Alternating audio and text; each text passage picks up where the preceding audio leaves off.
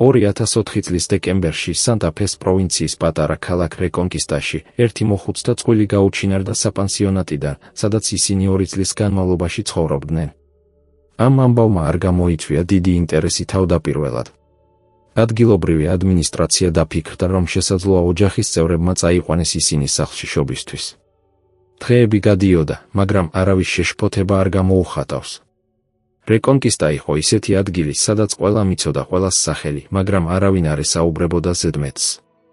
ადამიანები იცხოვრებდნენ მშვიდად თავიანთ საქმეებში ჩაძირულებით და მხოლოდ მაშინ ინტერესდებოდნენ სხვისი ცხოვრებით, როცა რაღაც მართლაც საგანგებო ხდებოდა. წყვილს ერქვა კლაუდიო და მირტა. კლაუდიოს ჰქონდა 74 წელი, მირტას კი 61. ისინი დაქორწინდნენ 1965 წელს, იმ დროს, როცა არგენტინა სულ სხვა ქვეყანა იყო. მათი ცხოვრება იყო უბრალო. კლაუდიო მუშაობდა ადგილობრივ სამსახურში, ხელფასი არ იყო დიდი, მაგრამ საკმარისი. მირტა ზრუნავდა სახლზე და 2 შვილზე. ქალიშვილი, პაბლა, გადავიდა ბუენოს-აირესში ახალგაზრდობაში და იქ დარჩა. ვაჟი ხუან კარლოს გარდაიცვალა 1998 წელს ავარიაში.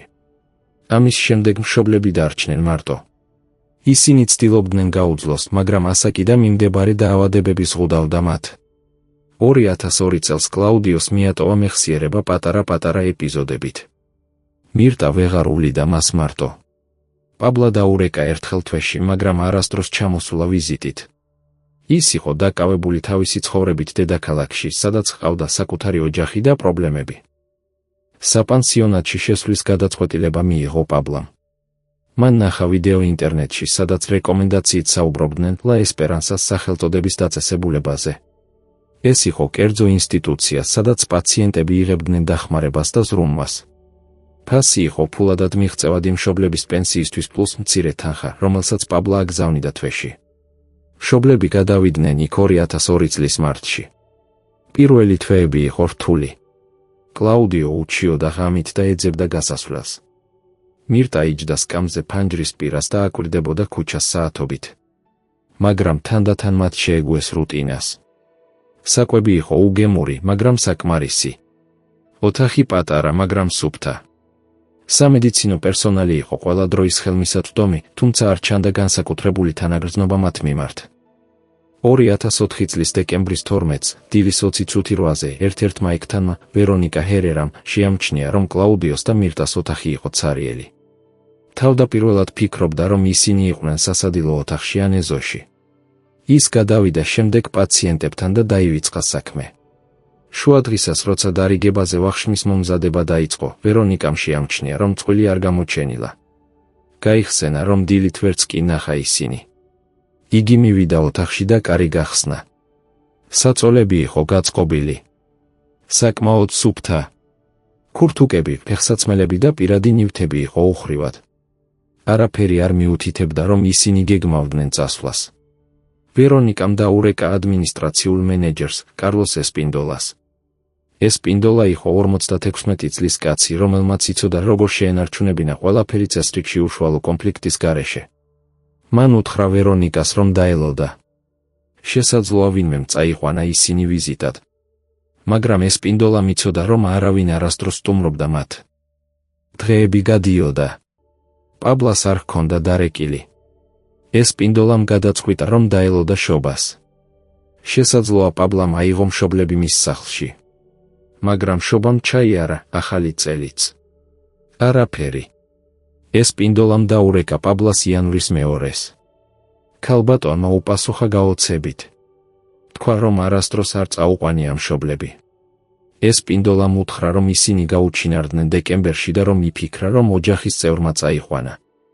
პაბლა დაბნეულდა. ჰკითხა, თუ რატომ არ დაურეკეს მაშინვე. ესპინდოლამ უპასუხა, რომ არ ფიქრობდა, რომ რაღაც არ იყო წესრიგში. პაბლამ მოითხოვა დაუყოვნებლივ გამოეძახათ პოლიცია. ესპინდოლამ დათანხმდა, მაგრამ პირველად დაურეკა საპანსიონატის დირექტორს, დოქტორ პაბლო რუისს. რუიზი იყო 90 წლის ფსიქიატრი, რომელსაც ჰქონდა კარგი რეპუტაცია რეგიონში. მან დააარსა ლა ესპერანსა 1987 წელს, როცა ადგილობრივ ხელისუფლებასთან ჰქონდა კარგი ურთიერთობა. საპანსიონატი იყო მისი პროექტი, მაგრამ ბოლო წლებში იგი უფრო იშვიათად ჩნდებოდა იქ. საქმეებს მართავდა ესპინდოლა. რუიზმა მოусმინა ახსნა განმარტებას და უთხრა ესპინდოლას, რომ დაელოდა. არ დაურეკა პოლიციას. არა ჯერ. რუიზმა იცოდა, რომ ოფიციალური გამოძიება შეიძლებოდა დაესრულებინა ინსტიტუციის რეპუტაცია. ის უნდა გაეგო რა მოხდა. ამიტომ მან გადაწყვიტა, რომ ჯერ ესაუბრა პერსონალს პირადად. ამ პროცესში დაკარგა კიდევ 2 დღე. პაბლა რეკონკისტაში ჩავიდა იანვრის 4-ს. იგი მივიდა საპანსიონატში და მოითხოვა ყველა ინფორმაცია. ესპინდოლამ და რუიზმა განმარტეს, რომ ყველა ძალისხმევა იქნა გაწეული მშობლების მოსაძებნად. პაბლამ დაურეკა პოლიციას თავად. გამოძიება დაიწყო ოფიციალურად იანვრის მე-5-ს. გამომძიებელმა, კომისარმა დანიელ ოლივარესმა, მიიღო საპანსიონატის შესახებ ინფორმაცია და დაიწყო პერსონალის დაკითხვა. ვერონიკა ჰერერამ განმარტა, რომ დილით რომ შეამჩნია ოთახი ცარიელი, იფიქრა, რომ ისინი იყვნენ სხვაგან. სხვა ექთნებმა უთხრეს, რომ კლაუდიო და მირტა ძალიან იშვიათად გადიოდნენ ოთახიდან. მხოლოდ კვების დროს. მათ არ ჰქონდათ ახლო ურთიერთობა სხვა პაციენტებთან. ერთ-ერთმა ექთანმა სილვინა მორამ აღნიშნა, რომ კლაუდიო ხანდახან საუბრობდა თავის ვაჟზე, რომელიც გარდაიცვალა წლების წინ. იგი ახსენებდა მას ასეთ, თითქოს ის ჯერ კიდევ ცოცხალი იყო. მირტა კი ძირითადად დუმდა. ეს ყველაფერი იყო სტანდარტული მოხუცებისთვის, რომლებსაც აქვთ კოგნიტიური დაქვეითება. პოლიციამ შეამოწმა შენობის გარშემო. გასასვლელები იყო 2. თავარი კარი, რომელიც იყო ყოველთვის ჩაკეტილი ღამით, და უკანა კარი, რომელიც იყო დააღმართებული ეზოში. უკანა კარი არ იყო ჩაკეტილი მუდმივად. ზამთრის გამო ეზო იყო ცარიელი ბოლო კვირების განმავლობაში. არავინ არ გასულა იქ. გამომძიებელმა ჰკითხა, თუ არსებობდა რაიმე სახის კამერები. რუიზმა უთხრა, რომ არა. ხარჯები იყო ძალიან მაღალი და საბიუჯეტო შეზღუდვები არ იძლეოდა ამის საშუალებას. გამოძიება გაგრძელდა კვირების განმავლობაში. ადგილობრივი მედია დაინტერესდა საქმით. გაზეთები დაბეჭდა სტატიები მოხუცებზე, რომლებიც გაუჩინარდნენ საპანსიონატიდან. ზოგიერთი სპეკულაციას იწყებდა. იქნებ ისინი გავიდნენ საკუთარი ნებით და დაიკარგნენ. იქნებ დაავიწყდათ სად იყვნენ. რეკონკისტა არ იყო დიდი ქალაქი, მაგრამ იყო საკმარისად დიდი, რომ ადამიანს შეეძლო დაკარგვა იქ, თუ იცოდა სად მიდიოდა. პოლიციამ გააკეთა გამოძახილები რადიოში. აჩვენეს ფოტოები. ადგილობრივი მაცხოვრებლები იყვნენ ინფორმირებული, რომ თუ ნახავდნენ უცნაურ წყვილს, დაურეკონ. არაფერი. არავინ არ უნახავს ისინი. ჰქონდა შეგრძნება, თითქოს ჰაერში გაქრნენ. პაბლა დარჩა რეკონკისტაში თითქმის 1 თვის განმავლობაში. ის დადიოდა ქალაქში და აფრინავდა ფლაიერებს. საუბრობდა ადამიანებთან ქუჩებში. სურდა რაიმე პატარა ნაწილის პოვნა, რომელიც მიგუყვანდა მშობლებამდე. მაგრამ დრო გადიოდა და არაფერი ჩანდა. ის დაბრუნდა ბუენოს აირესში თებერვლის ბოლოს. ამ დროისთვის საპანსიონატი დახურა წყვილის ოთახს და მისცა მას სხვა პაციენტებს. პაბლამ მოითხოვა ყველა ნივთი, რომელიც მშობლებს ეკუთვნოდა. რუიზმა თანხმდება და გაუგზავნა 5 მათი ქურთუკებით, ფოტოებით და პატარა პირადი საგნებით. პაბლამ გახსნა ის სახლში და ატირდა. ის ვერ გაიგო, როგორ მოხდა ეს. არავინ არ მისცა დამაკმაყოფილებელი პასუხი. ოფიციალური პოზიცია იყო, რომ დაფიქსირდა უცნობი ფაქტორებით გაუჩინარება. წლები გადიოდა. პაბლა არ დაუშვა ქვემოთ. დაურეკა პოლიციას პერიოდულად. ესწრებოდა შეხვედრებს ოჯახების მიერ, რომლებმაც დაკარგეს ახლობლები. მაგრამ არაფერი არ იცვლებოდა.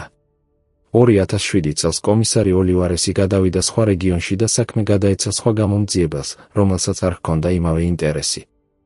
საქმე ჩაეძირა არქივში. რეკონკისტა დაივიწყა კლაუდიოს და მირტას. მედია გადავიდა სხვა ისტორიებზე. პაბლაც ცდილობდა იმედი შეენარჩუნებინა, მაგრამ ყოველი წელი უწევდა მას უფრო რთულს. 2010 წელს მან შეწყვიტა მუდმივი ზარები. დაიღალა. უბრალოდ აღარ ჰქონდა ძალა იმის გასაგრძელებლად. მისი ქმარი ალეხანდრო ცდილობდა მისი მხარდაჭერას, მაგრამ იგი ხედავდა, რომ ეს იყო პროცესი, რომელიც მას უნდა გავლილიყო მარტო. პაბლა დაიწყო ფსიქოთერაპია 2011 წელს. თერაპევტმა უთხრა, რომ მან უნდა დაეტოვებინა იმედი და წინ წაესულიყო. მაგრამ როგორ შეიძლებოდა ამის გაკეთება, როდესაც არ იცოდა რა მოუვიდა მშობლებს? 2017 წლის მაისში რეკონკისტაში გაიხსნა ახალი კაფე ცენტრში. ფლობელი იყო ახალგაზრდა ქალი, რომელსაც სურდა დაეწყო თავისი ბიზნესი. კაფემ სწრაფად მოიპოვა პოპულარობა. ადამიანები ხვდებოდნენ იქ ყავის დასასმელად და ლაპარაკისთვის. ერთ შუაღამისას ივნისში ორი ქალი იყვნენ კაფეში, საუბრობდნენ ძველ დროებზე რეკონკისტაში. ერთ-ერთი მათგანი იყო ვერონიკა ჰერერა, ექთანი, რომელსაც ესმოდა კლაუდიოს და მირტას გაუჩინარება 2004 წელს. სხვა იყო კარმენ ვილიარ, ყოფილი ექთანი იმავე საპანსიონატიდან, რომელიც მუშაობდა იქ 2003 წლიდან 2006 წლამდე.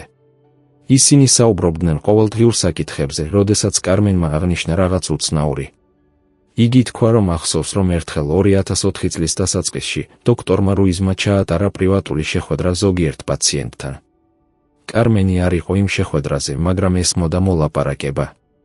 რუიზი საუბრობდა სპეციალური პროტოკოლის შესახებ გარკვეული პაციენტებისთვის, რომლებსაც აღარ ჰყავდათ ოჯახის წევრები ან რომლებიც იყვნენ უსარგებლო. კარმენმა არ გაიგო ზუსტად რას გულისხმობდა ეს, მაგრამ დაიმახსოვრა, რომ რუიზს ჰქონდა შეშფოთება ფინანსური მდგომარეობის შესახებ. საპანსიონატი იყო ეკონომიკურად არასტაბილური. რუიზი საუბრობდა იმაზე, რომ პაციენტები, რომლებსაც აღარ ჰქონდათ პოტენციალი აღდგენის, ან რომლებსაც აღარ ჰქონდათ ოჯახი, რომელიც იხდიდა, უნდა გადაყვანილიყვნენ. კარმენი არ იცოდა სად.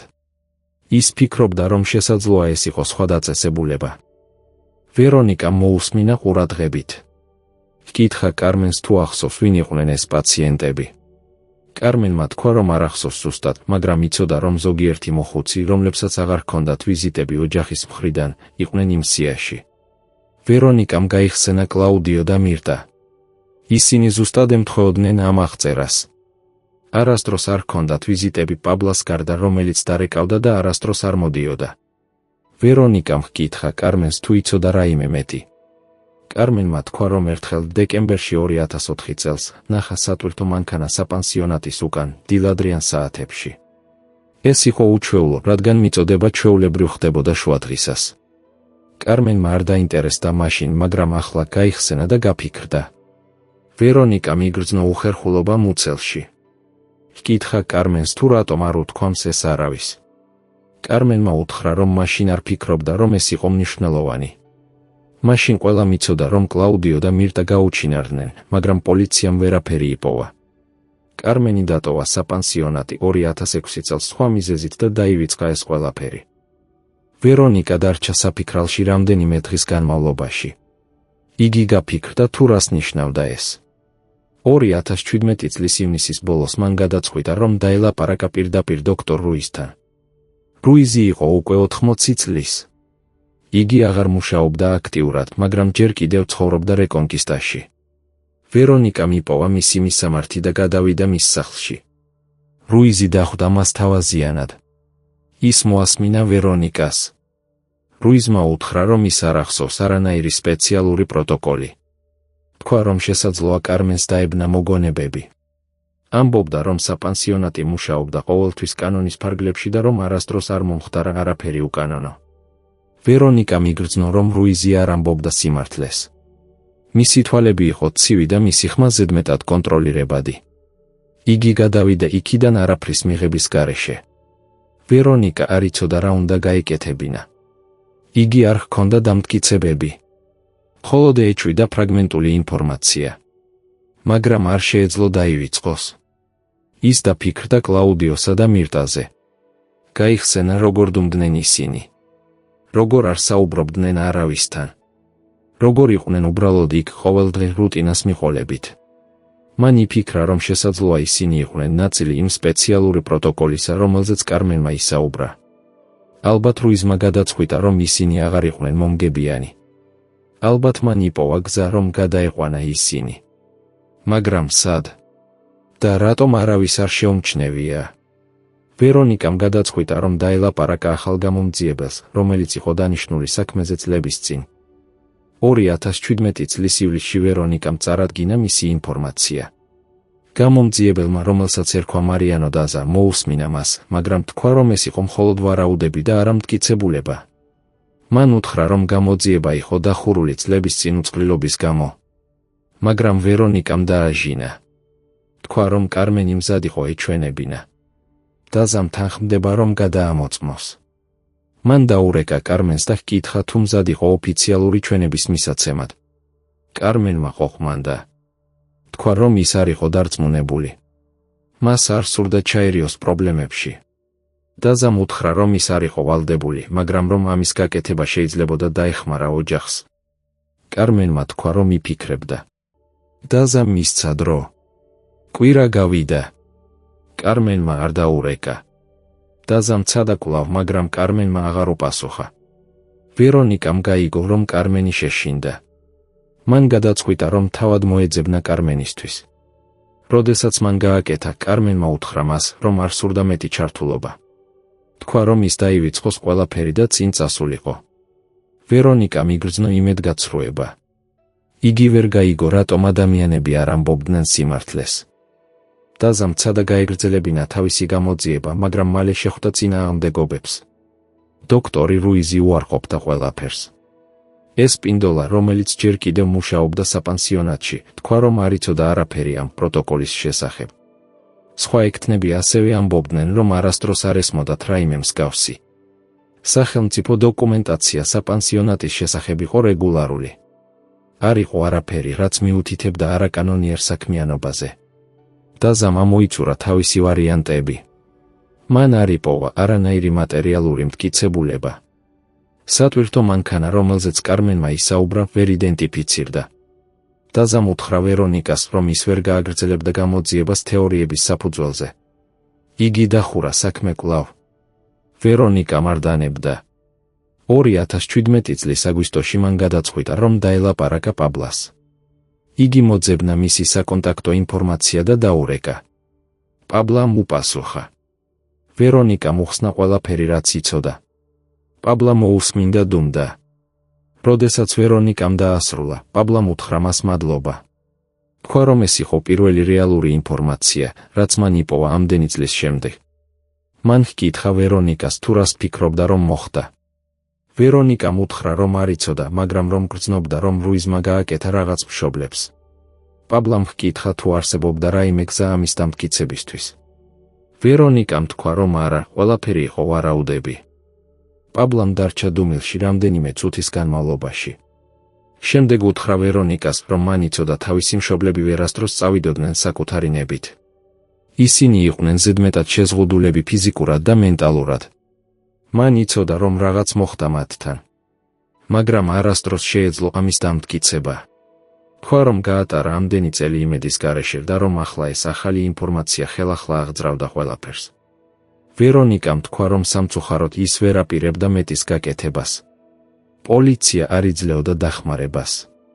პაბლამ უთხრა, რომ გაიგო. მან დაუმატა, რომ რაც არ უნდა მოხდა მშობლებს, ისინი არ იქნებოდნენ უკვე ცოცხალი. მან იცოდა ეს. დროის განმავლობაში მან მიიღო ეს. მაგრამ მას სურდა ეცოდა რა მოხდა. სურდა იცოდა, ვინ იყო პასუხისმგებელი. ვერონიკამ დაპირდა, რომ თუ ოდესმე შეიტყობდა რამე ახალს, დაურეკავდა მას. პაბლამ მადლობა გადაუხადა და დაასრულა ზარი. ვერონიკამ გადაწყვიტა, რომ ერთხელ კიდევ სცადოს კარმენთან. მივიდა მის სახლში 2017 წლის სექტემბერში. კარმენი გახსნა კარი, მაგრამ არ დაუშვა შიგნით. ვერონიკამ უთხრა, რომ პაბლას ესაჭიროებოდა სიმართლე. კარმენმა თქვა, რომ არ იცოდა სიმართლე. იგი იყო მხოლოდ ექთანი, რომელმაც ესმოდა რამდენიმე საუბარი. არაფერი მეტი. ვერონიკამ ჰკითხა, თუ შეშინდა რუისს. კარმენმა უარყო, მაგრამ მისი ხმა არ იყო დარწმუნებული. ვერონიკამ გრძნობდა, რომ კარმენი მალავდა რაღაცას. მან უთხრა, რომ თუ არაფერი არ გააკეთეს, ოჯახი არასდროს არ გაიგებდა რა მოხდა. კარმენმა დაუშვა ცრემლები.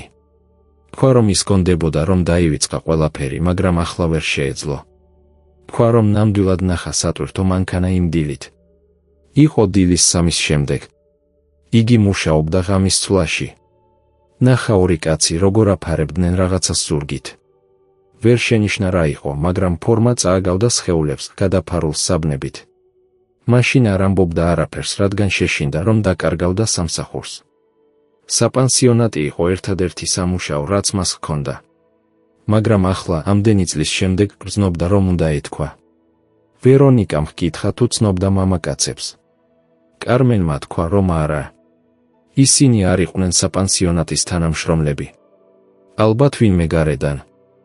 ვერონიკამ დაურეკა პაბლას კვლავ და უთხრა ყველაფერი. პაბლამ გადაწყვიტა, რომ თავად შეეცდებოდა რაღაცას. 2017 წლის ოქტომბერში იგი დაბრუნდა რეკონკისტაში და დაიქირავა პრივატული გამომძიებელი. გამომძიებელმა სახელად ლუკას რივერამ დაიწყო საქმე. რივერა იყო ძველი პოლიციელი, რომელმაც მუშაობა დაასრულა პენსიაზე გასვლამდე. ის იცოდა, როგორ უნდა მოეძებნა ინფორმაცია. რივერამ განმარტა, რომ თუ რუიზმა მართლაც გააკეთა რაიმე, უნდა არსებობდა გზა ამის დამტკიცებისთვის. დაიწყო დოკუმენტაციის გადამოწმებით. მან მოითხოვა საპანსიონატის ფინანსური ჩანაწერები 2004 წლისთვის. ამას დასჭირდა ბევრი დრო, მაგრამ საბოლოოდ მან იპოვა ის. რივერამ შეამჩნია, რომ დეკემბერში 2004 წელს იყო 2 ტრანზაქცია, რომლებიც არ იყო გასაგები. ისინი იყო ფულადი გადახდები ერთ კომპანიასთან სახელად სერვისიოს სეპელიოს დელ სურ.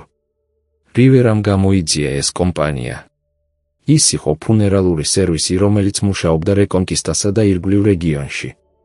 რივერამ დაელაპარაკა კომპანიის მფლობელს ენრიკე საინსს. საინსმა ჯერ უარყო, რომ მას ჰქონდა რაიმე ბიზნესი საპანსიონატთან. მაგრამ როდესაც რივერამ აჩვენა ფინანსური დოკუმენტები, საინსი დათანხმდა, რომ მისი კომპანია მუშაობდა საპანსიონატთან ზოგჯერ. თქვა, რომ ისინი იღებდნენ სხეულებს პაციენტების, რომლებიც გარდაიცვალნენ იქ და ამატებდნენ ზრუნვას და დაკრძალვას, როდესაც ოჯახის წევრები არ ჩნდებოდნენ. რივერამ ჰკითხა, თუ ახსოვს 2004 წლის დეკემბერი. საინსმა თქვა, რომ არა, ეს იყო ამდენი წლის წინ. რივერამ ჰკითხა, თუ იყო არქივი. საინსმა თქვა, რომ დიახ, მაგრამ რომ ძველი ჩანაწერები იყო სხვენში. თქვა, რომ თუ რივერას დაურჩენოდა ერთი კვირა, შეეცდებოდა იპოვოს რაიმე. კვირა გავიდა. რივერამ დაურეკა საინსს. საინსმა თქვა, რომ იპოვა ჩანაწერები დეკემბრის 2004 წლისთვის. ამბობდა, რომ მართლაც იყო 2 შემთხვევა იმ თვეში. ორივე მათგანი იყო საპანსიონატიდან. ორივე იყო გარდაცვლილი პაციენტები უოჯახო. საინსმა უთხრა რივერას სახელები. ერთი იყო ადრიანა ტორეს, 80 წლის ქალი. მეორე იყო ედუარდო ვარგას, 78 წლის მამაკაცი. არც ერთი მათგანი არ იყო კლაუდიო ან მირტა. რივერა დაბნეულდა. ჰკითხა საინსს, თუ იყო რაიმე სხვა ჩანაწერები იმ დროისთვის. საინსმა თქვა, რომ არა, მხოლოდ ეს 2. რივერამ მადლობა გადაუხადა და დაასრულა ზარი. მან გრძნობა, რომ რაღაც არ ემთხვევა. ფინანსური ტრანზაქციები იყო 2, მაგრამ გარდაცვლილები იყო 2 სხვა ადამიანი. ეს არ აზრებდა. რივერამ გადაწყვიტა, რომ უნდა გაერკვია უფრო ღრმად. რივერამ დაელაპარაკა ადგილობრივ სასაფლაოზე პასუხისმგებელ პირს.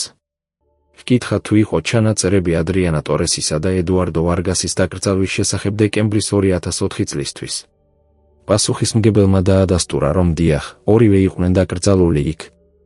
რივერამ ჰკითხა, თუ იყო რაიმე უცნაური მათთან დაკავშირებით. პასუხისმგებელმა თქვა, რომ არა, ყველაფერი იყო სტანდარტული. რივერა გრძნობდა, რომ ის მიდიოდა უკან. მან გადაწყვიტა, რომ უნდა ესაუბრა კლაუდიოსა და მირტას ოჯახთან კვლავ. დაურეკა პაბლას და ჰკითხა, თუ იცოდა ვინ იყვნენ ადრიანა ტორესი და ედუარდო ვარგასი. პაბლამ თქვა, რომ არა, ეს სახელები არ ახსენდა. რივერა მოხსნა, რა იპოვა. პაბლა დაბნეულდა. არ გაიგო, რა კავშირი ჰქონდა ამას მის მშობლებთან. რივერამ გააგრძელა გამოძიება. მან გადაწყვიტა, რომ უნდა ესაუბრა თავად დოქტორ რუის კვლავ, მაგრამ ამჯერად უფრო პირდაპირ შეკითხვებით.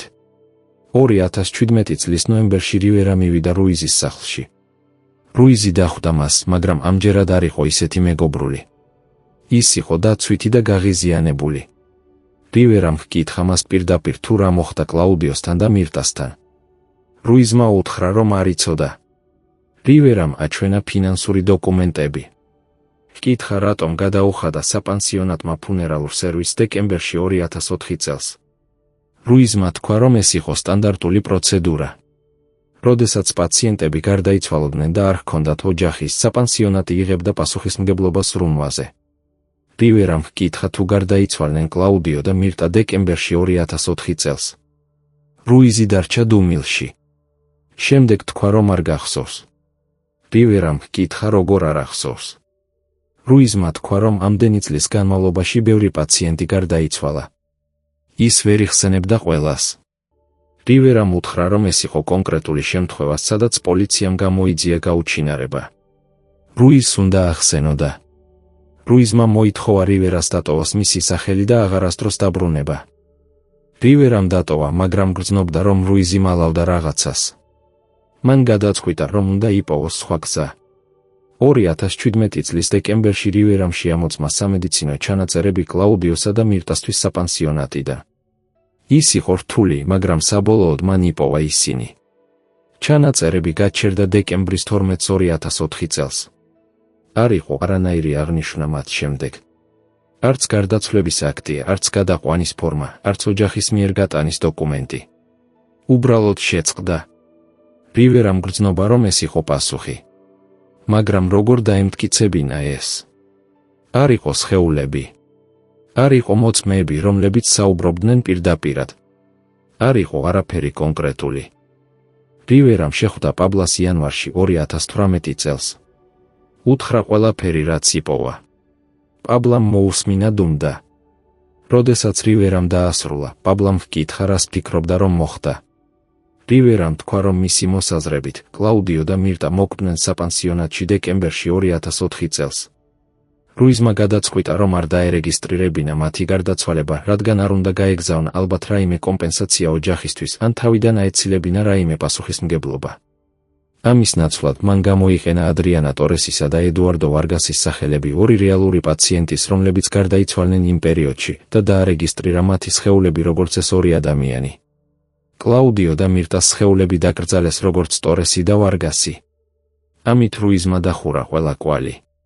პაბლამ ჰკითხა, თუ შეეძლო ამის დამტკიცება. რივერამ თქვა, რომ ერთადერთი გზა იყო ექსჰუმაცია.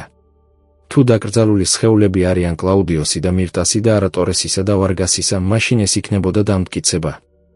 მაგრამ ამისთვის საჭირო იყო სასამართლო ბრძანება და ეს მოითხოვდა ძლიერ მტკიცებულებებს.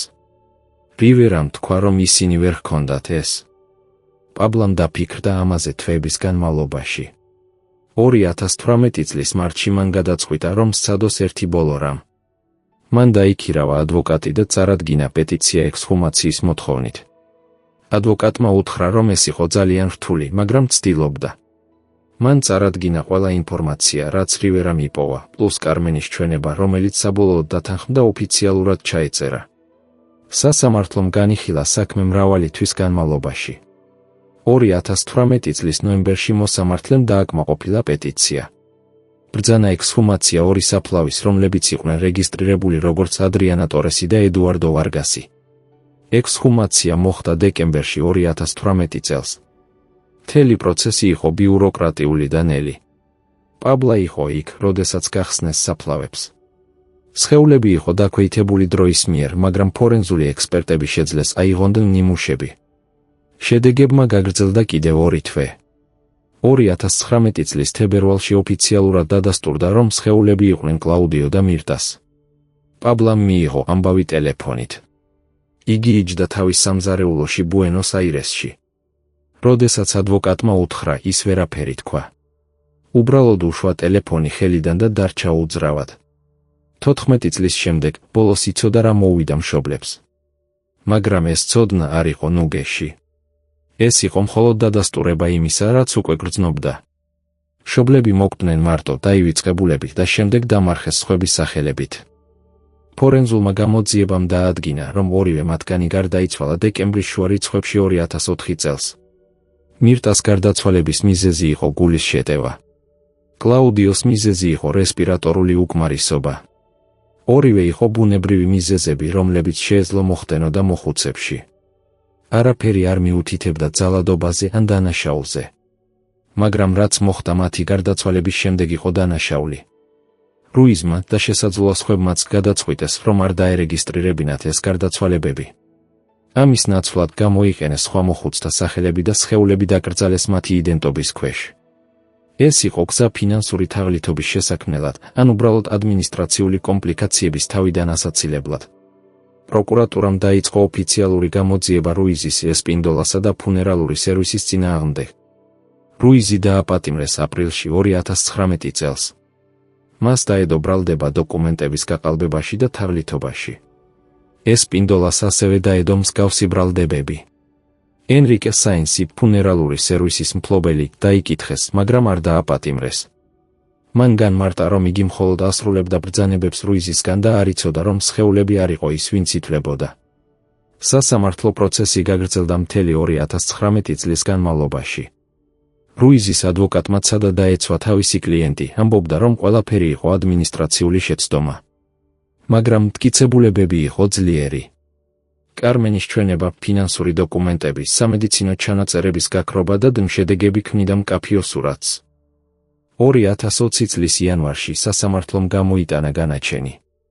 რუიზი იპოვა დამნაშავედ თაღლითობაში და დოკუმენტების გაყალბებაში. მას მიუსაჯეს 6 წელი პატიმრობა, მაგრამ მისი ასაკის გამო 83 წელი განაჩენი შეიცვალა სახლის პატიმრობით.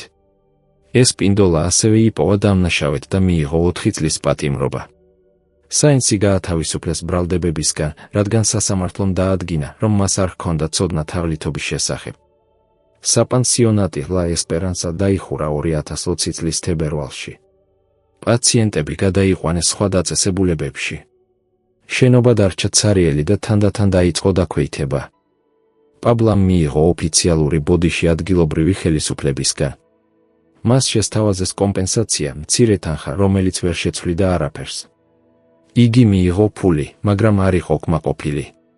მისი მშობლები დაიღუპნენ და დაკარგეს მათი იდენტობა წლების განმავლობაში. ისინი იყვნენ დაკრძალული როგორც უცხოები, დავიწყებულები ყველას მიერ, მათ ქალიშვილის გარდა, რომელმაც არასდროს შეწყვიტა ძიება. პაბლამ გადაწყვიტა, რომ გადაიტანა მშობლების ნეშტები და დაეკრძალა ისინი ერთად ახლოს მის ძმასთან, ხუან კარლოსთან, რომელიც გარდაიცვალა 1998 წელს.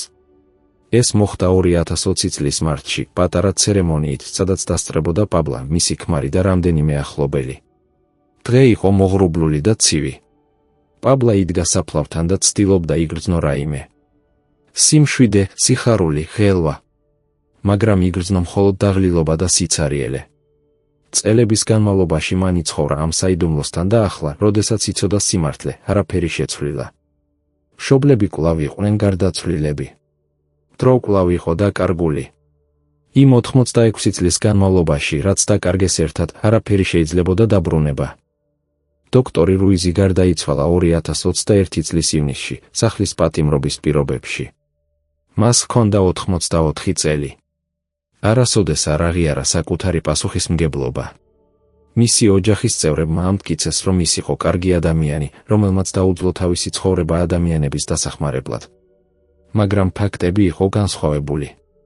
რუიზმა სიხარბისა და არეულობის გამო გადაწყვიტა დამალოს 2 ადამიანის გარდაცვალება და დაეკრძალა ისინი სხვების სახელებით. ამით მან დაარღვია მათი ღირსება და დატოვა ოჯახი 14 წლის განმავლობაში უპასუხოდ.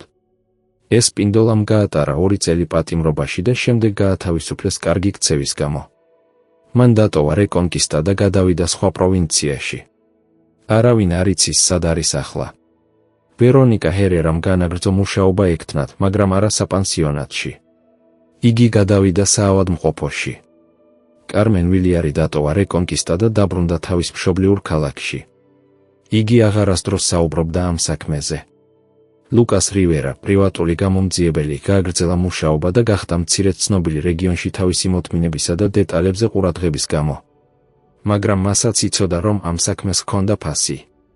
ყოველი ღამე, როდესაც იხურებდა თვალებს, ხედავდა იმ ცარიელ ოთახს საპანსიონატში, სადაც კლაუდიო და მირტა ცხოვრობდნენ ბოლო დღეებში.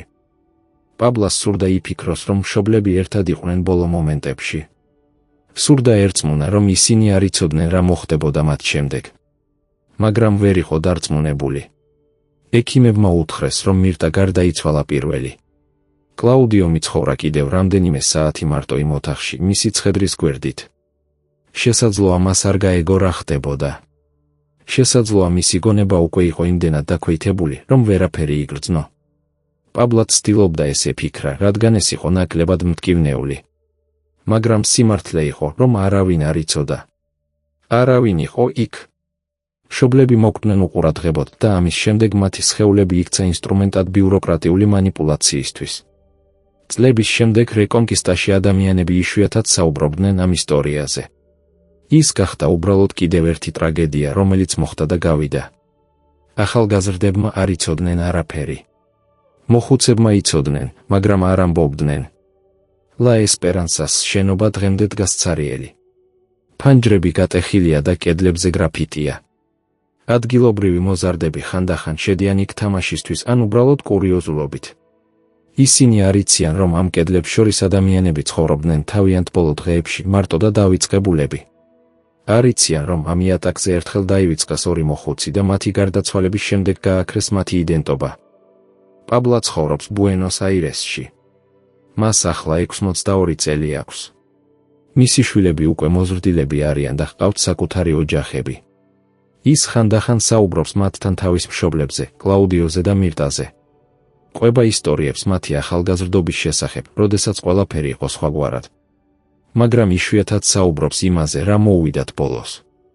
ზოგჯერ ღამით, როცა სახლი არის ჩუმად, პაბლა ფიქრობს იმ 14 წელზე, როცა არ იცოდა სიმართლე. ფიქრობს იმ უსასრულო ლოდინზე, იმ იმედზე, რომელიც ნელ-ნელა ქრებოდა. ფიქრობს იმ დღეზე, როდესაც ადვოკატმა დაურეკა და უთხრა, რომ სხეულები იყო მშობლებისა. ფიქრობს იმ შეგრძნებაზე, რომელი ჰქონდა. ეს არ იყო სიხარული. ეს არ იყო ტკივილი. ეს იყო უბრალოდ სიცარიელე. განცდა იმისა, რომ ყველაფერი ამდენი წლის განმავლობაში იყო აზრით სავსე, მაგრამ რომ საბოლოოდ ყველაფერი დაიყვანებოდა ერთ ფაქტამდე, მშობლები გარდაიცვალნენ უყურადღებოდ და დაკარგეს თავიანთი სახელები. პაბლას ახსოვს თავისი ბოლო ვიზიტი მშობლებთან თებერვალში 2002 წელს, 2 თვის წინ, ვიდრე ისინი შევიდნენ საპანსიონატში. ისინი იჯდნენ თავიანთი პატარა სახლის ეზოში რეკონკისტაში. მამა, კლაუდიო, საუბრობდა რაღაცაზე, რომელიც აღარ ახსოვს პაბლას. დედა მირტა ჩუმად იჯდა და უყურებდა ყვავილებს. პაბლამ იმ დღეს იგრძნო უხერხულობა იქაურობაში. სურდა დაეტოვებინა და დაბრუნებულიყო დედაქალაქში, სადაც იყო მისი ცხოვრება, მისი სამუშაო, მისი ოჯახი. მაშინ არ ფიქრობდა, რომ ეს იქნებოდა ბოლო დრო, როდესაც მშობლები იქნებოდნენ თავიანთ სახლში, თავისუფლები და საკუთარი იდენტობის მფლობელები. არ ფიქრობდა, რომ მხოლოდ 2 წლის შემდეგ ისინი გაქრებოდნენ და რომ მას დასჭირდებოდა 14 წელი იმის გასაგებად, რომ ისინი არასოდეს არ წასულან. უბრალოდ მოკვდნენ და დაივიწყეს. დღეს, როდესაც პაბლა გადის ქუჩებში ბუენოს-აირესში, ხანდახან ხედავს მოხუცებს, რომლებიც იჯდნენ მარტო სკამებზე პარკებში. ხურებს მათ და ფიქრობს, თუ რა ისტორიები აქვთ. რა ოჯახები დატოვეს. რა მოგონებები ატარებენ. ფიქრობს, თუ არიან ისინი დავიწყებულები, ისევე როგორც მისი მშობლები იყვნენ იმ ბოლო დღეებში. ფიქრობს, თუ მოკვდებიან ისინი ერთხელ და ვინმე დააფიქრებს, არ არსებობს ვინმე, ვინც შეამოწმებს, ვინმე, ვისაც სამართლიანობა მოუთხოს მათთვის. ფიქრობს იმაზე, რომ უსამართლობა არ არის ყოველთვის ხმაურიანი. ზოგჯერ ეს არის უბრალოდ დუმილი. დავიწყება. უყურადღებობა დროულად. კლაუდიოს და მირტას ისტორია არ გახდა დიდი სკანდალი არგენტინაში. იყო რამდენიმე სტატია ადგილობრივ გაზეთებში და პატარა რეპორტაჟი რეგიონულ ტელევიზიაში. მაგრამ სწრაფად დაივიწყა. იყვნენ სხვა ამბები, სხვა ტრაგედიები, სხვა სკანდალები, რომლებმაც მიიზიდა ყურადღება. კლაუდიო და მირტა გახდნენ უბრალოდ კიდევ 2 დავიწყებული ადამიანი, რომლებიც მოკვდნენ არასწორ დროს არასწორ ადგილას. მათი ისტორია არ ასწავლიდა რაიმე დიდ გაკვეთილს. ეს არ ამხელდა არც სისტემურ კორუფციას. ეს იყო უბრალოდ მცირე დანაშაული, რომელიც ჩადენილი იქნა მცირე ადამიანების მიერ მცირე ადგილას. მაგრამ იმ ადამიანებისთვის, რომლებიც იყვნენ ჩართულები, ეს იყო ყველაფერი. რეკონკისტაში ზამთრის საღამოებზე, როდესაც ქარი უბერავს ცარიელ ქუჩებს და ადამიანები რჩებიან სახლებში, ზოგი ჯერ კიდევ ახსოვს ლა ესპერანსას შენობა. ახსოვთ, როგორ გამოიყურებოდა ის წლების წინ, როდესაც იყო აქტიური. ახსოვთ მოხუცები, რომლებიც ცხოვრობდნენ იქ, მათი სახეები, მათი ნელი მოძრაობები. ზოგიერთს ახსოვს კლაუდიო და მირტა. არ იყვნენ განსაკუთრებულები. არ იყვნენ ხმაურიანები. უბრალოდ იყვნენ. და შემდეგ აღარ იყვნენ. და 14 წლის განმავლობაში არავინ არ იცოდა სად იყვნენ. და როდესაც საბოლოოდ გაირკვა, რომ ისინი იყვნენ იქ რეკონკისტაში, დაკრძალული როგორც სხვა ადამიანები, ეს აღარ იყო სიურპრიზი. ეს იყო უბრალოდ დადასტურება იმისა, რაც ყველამ უკვე გრძნობდა. სოფლიოში ზოგჯერ ადამიანები იკარგებიან არა იმიტომ, რომ წავლენ, არამედ იმიტომ, რომ არავინ არ ეძებს საკმარისად შორს.